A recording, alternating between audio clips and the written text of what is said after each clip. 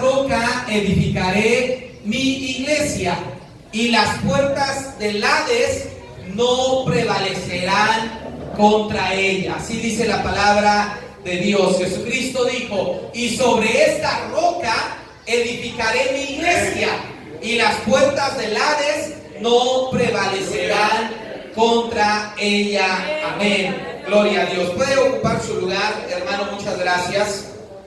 Y he titulado el sermón de esta tarde: la iglesia que Dios quiere, la iglesia que Dios desea, la iglesia que Dios desea tener y espera tener. Y esa iglesia que Dios espera es la iglesia que nosotros somos. Amén. Es la iglesia en la cual nosotros nos convertimos, es la iglesia que nosotros reflejamos. Gloria al Señor.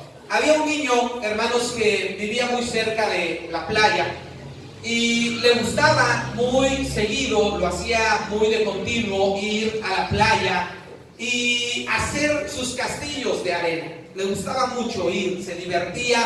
Su mamá le daba permiso y cada vez que podía el niño iba a la playa, vivía muy cerca, y empezaba a hacer castillos de arena, muy bonitos, muy hermosos los hacía.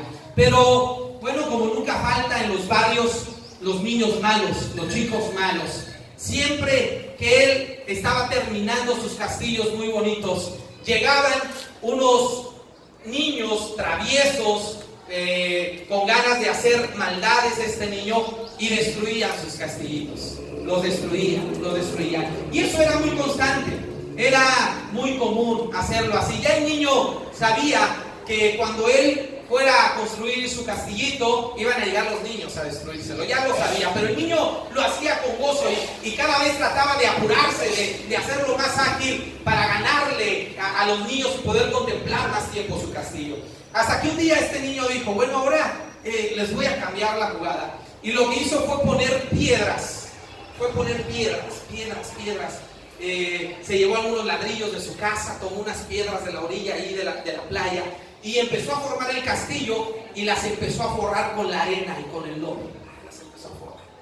Y entonces puso aquel castillo. Abajo había piedra de esos castillos, y el niño pues ya sabía que no tardaban en llegar. Entonces el niño se alejó, y cuando llegaron aquellos niños con ganas de hacerle maldades, empezaron a patear el castillo. Y ahora el niño que construía los castillos le tocaba ver cómo sufrían ahora esos niños malos, esos niños que le hacían travesuras. A él le tocó ver cómo llegaban a querer derrumbar el castillo a patadas, pero se topaban con piedras, se topaban con rocas, y ahora eran los niños los que sufrían. Y pues el niño se alegró, el niño se gozó, y el niño se olvidó de todo el sufrimiento que estos niños le habían ocasionado. Así, amados hermanos, hoy en día muchas cosas quieren atacar la iglesia, muchos aspectos vienen con ímpetu, con patadas, con golpes para derribar la iglesia de Jesucristo. Falsas religiones, hermanos, los pecados, las maldiciones, el materialismo. Parece, hermano, que la iglesia iba a ser destruida. De hecho, hermano, cuando la ciencia avanzó, que se le conoce el periodo de la Ilustración, del Renacimiento, por allá en el siglo XVII, XVIII, al surgir el modernismo, muchos científicos creyeron y dijeron que la religión iba a desaparecer, que la razón iba a matar la fe. Pero han pasado 3, 4 siglos, estamos en pleno siglo XXI, y la iglesia de Cristo sigue caminando, la iglesia de Cristo se sigue sosteniendo, aunque vengan con patadas, aunque vengan con puñetazos el enemigo. Estamos fundamentados sobre la roca, y esa roca es Cristo, y la iglesia ha prevalecido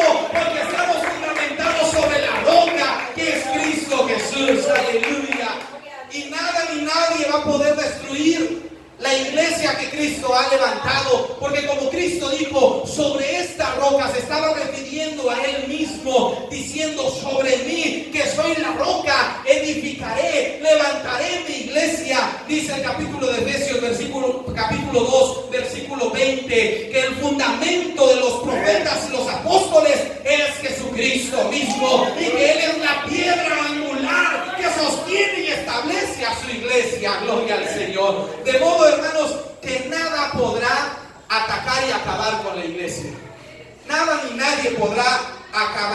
con la iglesia. Y la iglesia, hermanos, sigue caminando, como decía aquel hermoso himno de antaño. La iglesia sigue caminando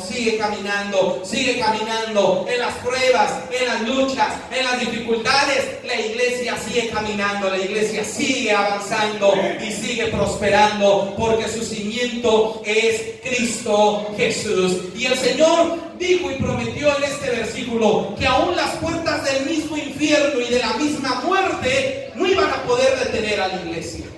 Ningún poder, hermano, ni natural ni sobrenatural podrá detener la obra de la iglesia, porque nuestro Dios es un Dios todopoderoso, más fuerte que cualquier poder, aún que sea sobrenatural. Él es poderoso y la iglesia seguirá caminando. Es por eso, hermanos, que tenemos todo el respaldo y el apoyo de nuestro Dios para podernos convertir en la iglesia que Él quiere que seamos. Para que la iglesia, que ha sido, hermanos, atacada durante 21 siglos, se siga manteniendo, se siga sosteniendo, se siga fortaleciendo. Esa iglesia que Dios quiere tener, hermano, usted y yo tenemos que representarla hoy en día. Usted y yo tenemos que serla. Usted y yo tenemos que vivir la iglesia que el Señor quiere tener. Y quiero abordar 3 aspectos. Quiero definir 3 aspectos, hermano, de la iglesia que Dios quiere tener. ¿Cuáles son las características? Hay muchas, pero quiero en este momento solamente rescatar 3 características que tiene la iglesia que Dios quiere, la iglesia que Dios desea. Si alguien le preguntara a usted, ¿para qué formó Dios la iglesia?, ¿qué respondería? ¿Cuál sería su respuesta? ¿Qué contestaría? Pudiera haber muchas respuestas. ¿Por qué el Señor formó a la iglesia? ¿Por qué el Señor quiso levantar una iglesia? ¿Cuál fue la razón? ¿Cuál fue el propósito? Algunas personas piensan que la iglesia fue formada para ellos, para que ellos disfrutaran, para que ellos se sintieran a gusto, para que ellos se sintieran bien. Algunas personas creen y dicen que la iglesia fue formada para que cuando yo asista a la iglesia yo pueda sentirme mejor, yo pueda recibir un milagro de parte de Dios, yo pueda recibir una sanidad de parte de Dios, que cuando yo me sienta triste, me sienta solo, me sienta afligido, me sienta angustiado, entonces puedo ir a la iglesia para ser fortalecido. Algunos pueden pensar que ese es el propósito de la iglesia, y aunque la iglesia cumple con esa razón, no es su principal propósito, no es uno de los principales motivos por el cual Dios creó a la iglesia. En Éxodo capítulo 7 vamos a ir al principio de la iglesia, aunque Dios ahí le está hablando al pueblo de Israel, y Dios ahí a su pueblo le está exponiendo un propósito por el cual lo quiere instituir pueblo, por el cual se quiere apropiar de él. Éxodo capítulo 7, versículo 16. Y voy a leer yo la versión Dios habla hoy, y ahorita le voy a explicar por qué razón.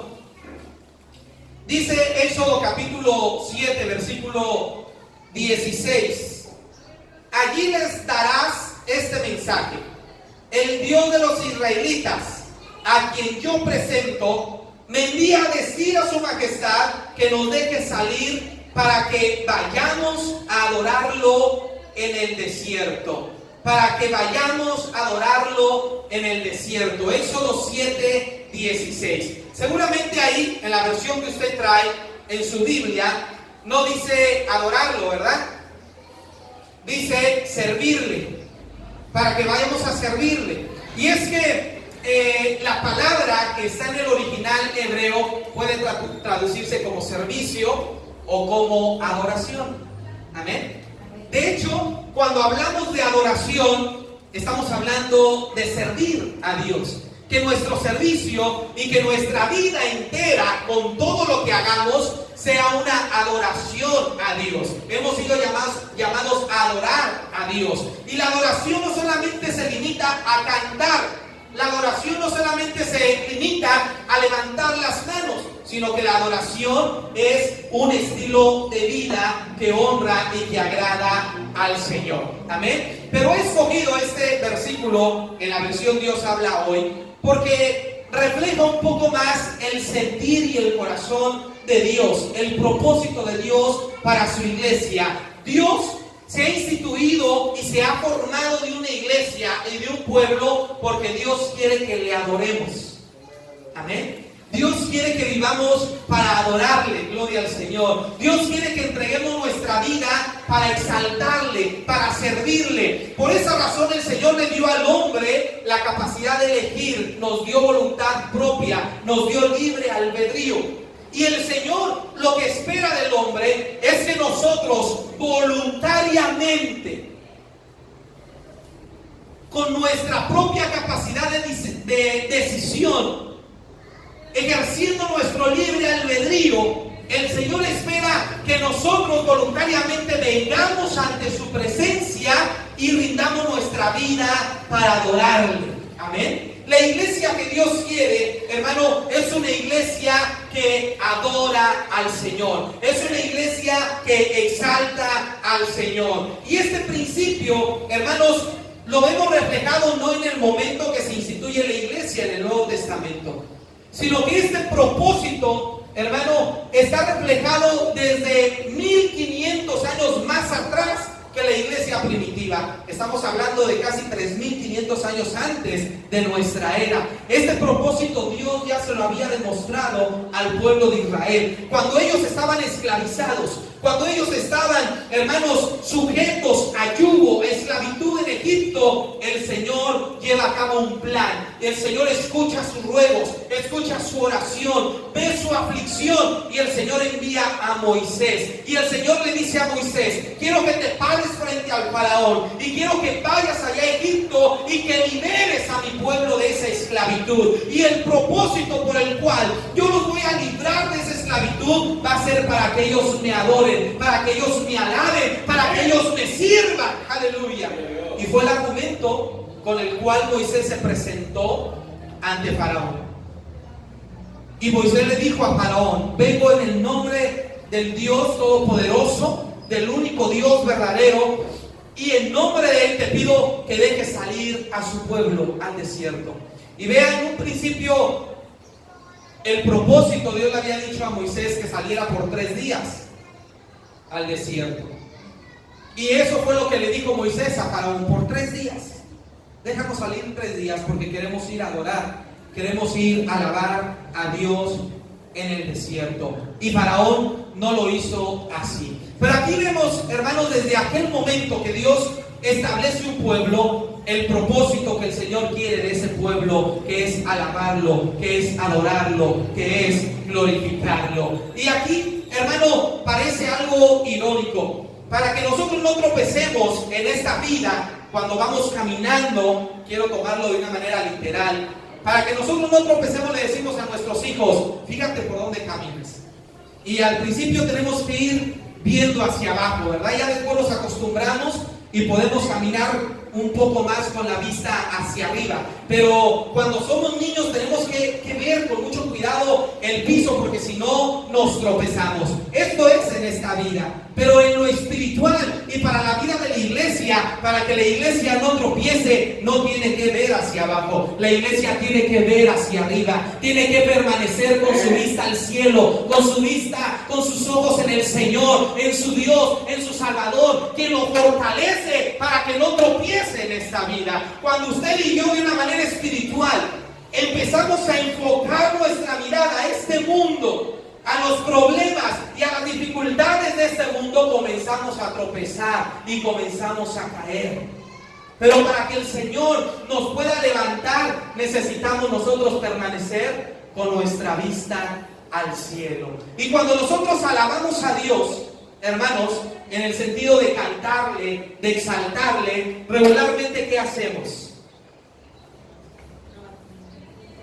Regularmente cuando nosotros cantamos, cuando nosotros danzamos, cuando nosotros alabamos el nombre del Señor, lo hacemos con nuestra vista al cielo, al cielo, estamos cantándole al Señor, estamos exaltando al Señor.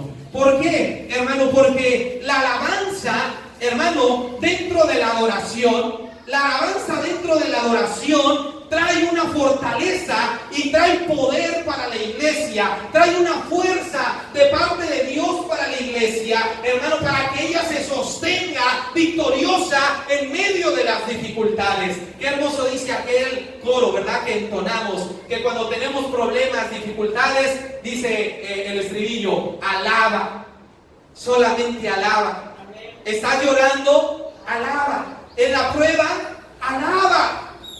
Alaba, alaba. Cuando nosotros nos encontramos en los problemas, en las dificultades y comenzamos a alabar al Señor, nuestra posición natural y normal de nuestro cuerpo regularmente es levantar nuestros ojos al cielo. Alzar nuestra mirada al cielo, porque sabemos que de allá viene nuestra salvación. Como dice el salmista: alzaré mis ojos a los montes. ¿De dónde vendrá mi socorro? Mi socorro viene del Señor, que hizo los cielos y la tierra. ¿Por qué no le damos un aplauso a Jesucristo?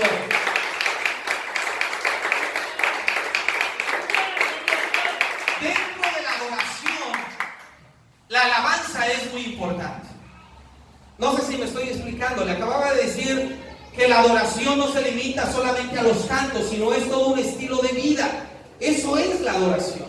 Pero la alabanza dentro de la adoración es fundamental para que la iglesia se mantenga fortalecida, para que la iglesia se mantenga firme y constante, para que la iglesia pueda ser la iglesia que Dios quiere, la iglesia que Dios desea. Es por eso que usted y yo, cuando venimos a alabar a Dios, debemos venir con disposición. Cuando nosotros venimos a gozarnos en la presencia de Dios, debemos venir con disposición a alabar y glorificar el nombre de Dios, porque es parte del propósito por el cual el Señor nos ha llamado. Es parte de nuestra existencia, es una razón por la cual el Señor nos instituye su pueblo, porque el Señor quiere que nosotros nos gocemos en su presencia, que nosotros le alabemos, como decía el canto, que hagamos fiesta en su nombre, y que esa fiesta sea para exaltarlo y glorificarlo y honrar al Dios todopoderoso que nosotros tenemos.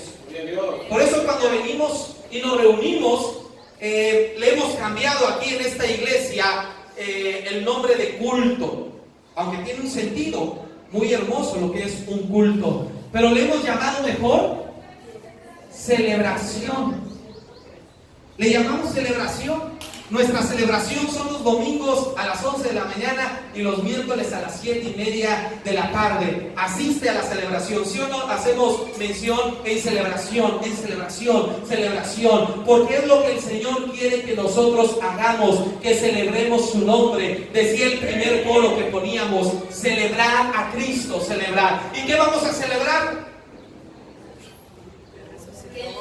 Que Él resucitó, que Él está vivo, que Él ha vencido. Y si Él ha vencido y está vivo y reina por los siglos, entonces Él está aquí con nosotros. Él está siempre a nuestro alcance, Él está siempre a nuestro apoyo y nos dará también la victoria en todo momento. Eso es lo que celebramos. Celebramos la victoria de Cristo. Y es lo que el Señor quiere que su pueblo haga, que celebre su victoria, que celebre su grandeza, que celebre su poder y su majestad. Ya pasó aquellos tiempos donde ir a la iglesia era estar quietecitos y cantar, nada más abrir la boca y ni siquiera hacer gestos con los ojos, no, todo derechito y nada más y hacer los coros angelicales y entonar alabanzas a nuestro Dios celestial, porque cuidado, y te movías, caía un rayo del cielo y ese Dios tirano te iba a absorber con su ira, con su enojo. No es ese Dios el que nosotros tenemos. Nosotros tenemos a un Dios alegre, a un Dios que se goza, tenemos a un Dios contento, un Dios que quiere celebrar con nosotros, un Dios que se goza con nosotros. Y cuando venimos a su presencia, venimos a celebrar su grandeza y venimos a celebrar su poder. Por eso debemos disponernos. Usted a veces acompaña a su familia que no es convertida a las fiestas, ¿verdad? ¿Y cómo ve que se la pasan ellos en la fiesta? Para nosotros ya no es divertido, ¿cierto? Antes sí, pero ya uno se siente incómodo en ese ambiente. Y uno va porque pues es la familia y uno tiene que hacer acto de presencia. Yo siempre lo he dicho, para mantener la puerta abierta, para que cuando los invitemos, ellos no tengan que reprocharnos y decirnos, no, tú nunca vas, ¿por qué yo voy a ir? No, si no va uno y está ahí, aunque ya uno incómodo, pero uno ve a la gente, hermano. ¿Cuál es la fiesta para las personas? Hay dos cosas que hacen la fiesta. Ajá. ¿Qué? El baile. Eso es lo que hace la fiesta. Ese es el sentido de la fiesta, ¿cierto o no? Una fiesta se distingue por bailar y por el alcohol. Si no, no hay fiesta, dice, ¿verdad? Si no, no hay fiesta. Amados hermanos, los mismos ingredientes los tenemos nosotros aquí en la casa de Dios. Las mismas razones y los mismos motivos de fiestas lo tenemos aquí en la casa de Dios. ¿Sabía usted que danzar significa bailar también? Si usted busca el significado, hermano, de danza, hermano, el diccionario le va a decir que danzar es bailar. ¿Y qué es lo que nosotros hacemos? A lo mejor no como baile, ¿verdad? Aunque de repente hay algunos coritos tropicales que me dan ganas de decirle a mi esposa, mi amor, permíteme este corito. Y así, tropicalones, se antojan, ¿no? A veces con la esposa, ¿verdad? Pero no. A veces, hermano, a lo mejor no bailamos como tal, pero yo he visto hermanos que sí. Y están en el espíritu y se están moviendo y bien que les salen los pasitos, pero se están gozando. Están en la presencia de Dios y se están gozando con su Señor, se están alegrando con su Rey, están haciendo fiesta, están disfrutando la presencia de Dios, porque venimos a alabar a un Dios vivo, no un Dios que está muerto. No venimos a un entierro, no estamos de luto, estamos de gozo, estamos de alegría, estamos de fiesta, porque nuestro Cristo vive y nuestro Dios es real. Y algo que debe motivarnos a la alegría, hermano, es la presencia de Dios en este lugar. Es su favor, su misericordia, su gracia, todo lo que Él ha hecho en la semana. Y entonces eso debe impulsarnos a alabar al Señor. Esa es la iglesia que Dios quiere tener. Una iglesia que sepa gozarse en su presencia. Una iglesia que disfrute su presencia. Y el gozo, hermano, debe notarse. Debe notarse. A veces algunos hermanos que dirigen se atreven a decirnos, hermano, ¿está gozoso? Amén. Bueno, pues avísele a su cara que está contento. Avísele a su cara que está alegre. Pues porque sí, ¿no? Porque a veces venimos con una cara y nos quedamos viendo a todo el mundo así. Pero cuando pregunta el liturgista, ¿está gozoso? Amén. Avísele a su cara que está contento. Se le olvidó a lo mejor la cara ponerse contento. A lo mejor su corazón está contento, pero su rostro no. Hermano, las emociones, el Señor nos hizo seres emocionales. Y el Señor nos dio el cuerpo para expresar nuestras emociones. Cuando el pastor está enojado, ¿cómo nota que está enojado su pastor? Cuando hace algo malo, en el gesto que hace el pastor, ¿verdad? Y ya sabe que ya se enojó el pastor. Nada más con el gesto. Ya, porque el gesto. Cuando su esposo o esposa se nota, ¿sí o no en el cuerpo? Se nota. Y en la posición, a veces, no es porque estés enojada, ¿verdad? Pero a veces inconscientemente estamos enojados y cruzamos los brazos. Porque expresamos. A veces lo queremos esconder, no queremos que la gente se dé cuenta, pero casi siempre es imposible. Y cuando estamos contentos, ¿se nota o no se nota? Claro. Estamos contentos y lo mínimo que hacemos es, lo mínimo que podemos hacer cuando estamos contentos, lo mínimo, ¿verdad? Entonces, el Señor, la alegría que provoca en nosotros, provoca una expresión corporal. Y a veces sabemos unos tan efusivos que lo que hacemos es y celebramos y no podemos, la alegría la traemos en el rostro, pero también el cuerpo, no podemos quedarnos quietos, no podemos quedarnos tranquilos. Y siempre lo he dicho, la alegría cuando mi equipo le mete un gol a Chivas o al Cruz Azul, ¿verdad? La alegría, estoy sentado viendo y ¿qué hago? Estoy contento, me alegra y por lo menos grito ¡gol! Y levanto las manos, ¿verdad? La alegría es un impulso natural y decimos ¡Gol! Y a veces hasta nos levantamos. Y cuando es un partido muy importante, hasta brincamos. Hasta ahí ya. Hermano, si eso lo hacemos para el fútbol, algo que ni me perjudica ni me favorece, que meta o que falle, a mí en nada me sirve y en nada debe afectarme, pero si por eso, que en nada me beneficia, estoy celebrando, cuánto más tengo que venir a celebrarle al Señor, que Él me bendice, que Él me ayuda, que su misericordia es nueva cada mañana. ¿Por qué no saltarle? ¿Por qué no gritarle? ¿Por qué no correrle? ¿Por qué no chiflarle? ¡Aleluya! ¿Por qué no? Si esto me beneficia, gloria al Señor, alabar al Señor nos beneficia. Por eso cada vez que vengamos, hermanos, a nuestra celebración, viene usted a celebrar. Es la iglesia que Dios quiere ver. Dios espera, hermano, que cuando su pueblo se reúne, su pueblo se goce, su pueblo se alegre y su pueblo se ponga contento porque su rey está entre ellos. Aleluya. Hay tantos coritos de antaño muy bonitos. Decía aquel estribillo: el pueblo del Señor está gozoso. ¿Por qué? ¿Sí se acuerdan alguno de ustedes? El pueblo del Señor está gozoso porque su rey está aquí. ¿Cierto o no? El pueblo del Señor se siente alegre porque su rey está aquí. Y entonces la iglesia empezaba: Cristo está aquí, Cristo está aquí, qué alegría siento en mí. Avísele a su cara: Cristo está aquí, Cristo está aquí, qué alegría siento en mí. Debemos, hermanos, alegrarnos. Cuando estemos aquí en la iglesia, debemos estar con una sonrisa, contentos, alegres, porque el Señor está aquí con nosotros. Es la iglesia que Dios quiere. Por esa razón el Señor hizo a su pueblo, a su iglesia. Y eso fue el primer motivo por el cual el Señor le dijo a Moisés: para esto los vas a sacar, para que me adoren, para que me alaben, para que me sirvan. Gloria al Señor.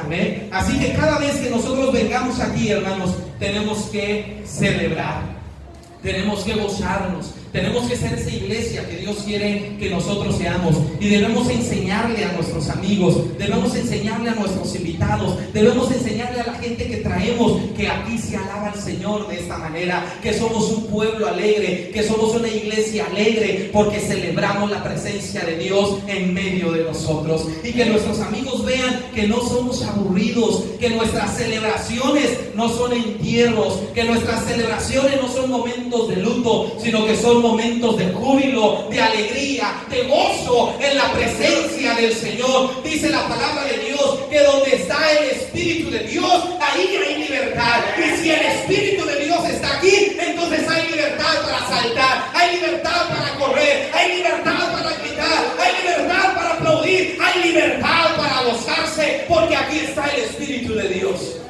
Aquí está su presencia y entonces tenemos libertad. A lo mejor usted de repente se reprime porque dice: ay, ¿qué va a pensar mi hermana que me está viendo, la de atrás o la de adelante? Quiero salirme, quiero irme allá adelante, que hay más espacio para girar, para alzar, para moverme. Ay, pero ¿qué vaya a decir el pastor, la pastora? No, hermano, usted olvídese. Usted viene a agradar al Señor, usted viene a alabar el nombre del Señor, y usted haga lo que quiera hacer para exaltarle, porque dice su palabra que todo lo que hagamos, sea de hecho o de palabra, tenemos que hacerlo para exaltar el nombre del Señor. ¿Por qué no da un aplauso para el Señor? Para que Él se exalte, para que Él se glorifique. Aleluya. Y entonces, en medio de la alabanza, donde el Espíritu de Dios se mueve, suceden cosas poderosas. Suceden cosas poderosas. Si usted venía cansado, se va a ir fortalecido. ¿En serio? En serio, a veces viene tan cansado que no quiere ni aplaudir, pero si usted empieza a aplaudir y empieza a saltar aunque esté cansado, usted se va a ir fortalecido de aquí, se va a ir animado. Si usted venía triste, se va a ir consolado. Si usted venía sin fuerzas ya, pensando en tirar la toalla, aquí el Señor le va a fortalecer, le va a decir: hijo mío, yo estoy contigo, yo yo te esfuerzo, yo soy tu guerrero y yo te doy la victoria. Y de aquí usted se va alegre, se va contento, se va fortalecido, se va animado. Aleluya. Cuando en la semana las dificultades, las adversidades, quieren apagar el fuego que Dios ha puesto en usted, pero entonces venimos aquí como que a volver a encender el fuego, que toda la semana debemos mantenerlo, pero es hermoso, aleluya. Dice la palabra de Dios en Juan 4:23, pero la hora viene y ahora es cuando los verdaderos adoradores adorarán al Padre en espíritu y en verdad, porque ciertamente a los tales el Padre busca que le adoren. El Señor anda en busca de adoradores. Y yo me pregunto, le voy a hacer una pregunta capciosa y se lo adelanto para que lo piense bien. ¿Será que el Señor tenga que venir aquí a buscar adoradores? ¿Será que el Señor tenga que venir aquí a Monte Sión y venga y diga, mira, estoy buscando adoradores? O el Señor, por así decirlo, tendrá que ir a buscar otro lugar porque aquí ya hay adoradores. Dice la Escritura que Él está buscando adoradores. Y la iglesia que Él desea tener una iglesia que le adore, una iglesia que le sirva. Y Monte Sión, aquí no debería venir el Señor a buscar adoradores, porque aquí ya los hay, aquí ya los tiene el Señor. Usted y yo deberíamos decirle, Señor, ya no busques más, aquí estoy yo. Ya no busques, aquí está mi vida, aquí soy yo, un adorador para ti. Amén. ¿A cuánto nos gustaría ser esa iglesia que el Señor está buscando? Amén. Gloria a Cristo Jesús. En segundo lugar, hermano, ¿qué otro propósito tiene la iglesia? ¿Con qué otro fin el Señor se hizo de un pueblo? Primera de Pedro, capítulo 2, versículo 9. Muchos ya se saben ese texto.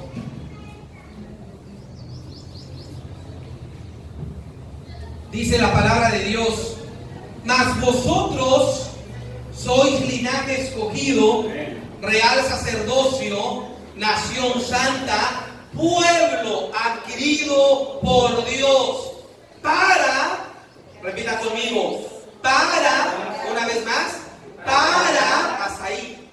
¿El para qué representa? Un propósito. Un propósito. El para es que hay un propósito. ¿Para qué soy llamado pueblo? ¿Para qué soy llamado nación santa? ¿Para qué he sido llamado linaje escogido, real sacerdocio? ¿Para qué? ¿Para presumir? ¿Para enorgullecerme? ¿Para creerme? ¿Para crecerme? Para que anunciéis las virtudes de aquel que os llamó de las tinieblas a su luz admirable. ¿De dónde te llamó el Señor, hermano? ¿En dónde estabas tú, hermano? ¿Cuál era tu lugar? Eran las tinieblas. Estábamos perdidos, estábamos en la condenación, sin rumbo, sin dirección, como ovejas que no tienen pastor. Pero hasta allá en las tinieblas y en la condenación resplandeció la luz de Cristo. La luz de Cristo resplandeció sobre ti y sobre mí y nos sacó de esas tinieblas y nos trajo a su luz admirable. Aleluya. Antes que en otro tiempo no éramos pueblo. Antes que en otro tiempo no éramos llamados, antes que en otro tiempo no éramos escogidos, porque estábamos en pecado, en condenación, en maldición, pero su luz nos alcanzó, resplandeció sobre nosotros y nos hizo parte de su pueblo. Nos hizo un pueblo santo, una nación santa, un real sacerdocio, un linaje escogido. Aleluya.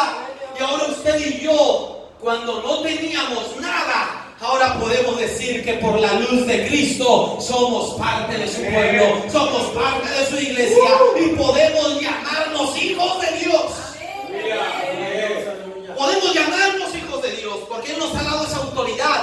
Porque usted y yo lo hemos aceptado en nuestro corazón, lo hemos recibido, hemos rendido nuestra vida en adoración a Él. Y entonces dice su palabra que a los que creen en su nombre y a los que le reciben les da la potestad, el derecho, la autoridad de que se llamen hijos de Dios. Ahora con toda autoridad podemos decir: yo soy hijo de Dios, yo soy hijo de Dios, pero hay un propósito. Hay un propósito por el cual el Señor nos rescató de las tinieblas y de la perdición. Hay propósito, no nada más para ser salvos, no nada más para poner nuestros ojos y nuestra mirada allá arriba y olvidarnos de este mundo y no hacer nada mientras esperamos la venida del Señor. No, hay un propósito por el cual el Señor nos llama y un propósito por el cual el Señor nos permite seguir viviendo en esta tierra, y ese propósito es para que vayas y anuncies las virtudes de aquel que te amó, las virtudes de aquel que tuvo misericordia de ti, las virtudes de aquel que te rescató, de aquel que te ayuda y tiene misericordia. Que vayas y se lo platiques a otra gente necesitada, a otra gente que vive en tinieblas, a otra gente que vive en condenación. Ese es el propósito. ¿Por qué crees que no te has muerto, hermano? ¿Por qué crees que sigues viviendo? ¿Por qué crees que sigues respirando?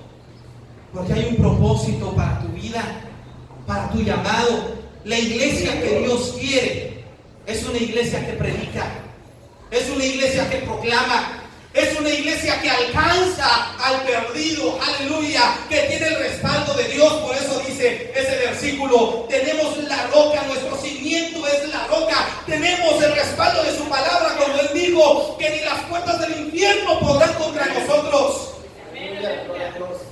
Con ese poder, con esa fuerza y con esa autoridad, hermano, nosotros debemos seguir avanzando, ganando almas para Cristo, predicándole a la gente, predicándole a los cautivos, aleluya. Con ese respaldo y poder de Dios, nosotros debemos seguir alcanzando al perdido. Es el propósito por el cual nosotros hemos sido llamados iglesia, pueblo santo, real sacerdocio, linaje escogido, nación santa. Ese es el propósito. Y el propósito por el cual Monte Sión ha sido plantado en este lugar de Villa de Álvarez, Colima, es con ese propósito, es con esa razón. No solamente para que nos reunamos para celebrar y para gozarnos. Sí, es un propósito fundamental, pero también hay otro propósito fundamental. El Señor quiere que vayamos y prediquemos el Evangelio. Aleluya. Puedo mirar el corazón de Dios y puedo ver el corazón de Dios observando a Colima, observando Villa de Álvarez y diciendo: oh, esa gente está en tinieblas, esa gente está en condenación. Y puedo escuchar retumbar las mismas palabras que retumbaron en Isaías, preguntándote el Señor: ¿a quién iré? ¿A quién enviaré? ¿Y quién irá por nosotros? Aleluya. Y puedo sentir en mi corazón hace 3 días cuando levanté mi voz y le dije: Señor, mi familia y yo aquí estamos, henos aquí, envíanos a nosotros. Y entonces el Señor nos trajo a este lugar, el Señor ha puesto los medios, y el hecho que tú estés aquí no es una equivocación, es un propósito de Dios. Dios nos está constituyendo como parte de su iglesia en Monte Sión con el fin de alcanzar al perdido, con el fin de alumbrar en medio de las tinieblas que tenemos a nuestro alrededor. No solamente para que pongamos una lona y la gente vea que aquí es una iglesia. El Señor te ha llamado porque ha puesto en ti dones, ministerios, capacidades que puedes usar para traer al perdido a los pies de Cristo. Y es una labor, hermano, hermosa. ¿Sabe por qué? Porque este trabajo y esta tarea es una tarea que va a repercutir en la vida de la gente. Y no solo en la actual, sino que repercute en la eternidad.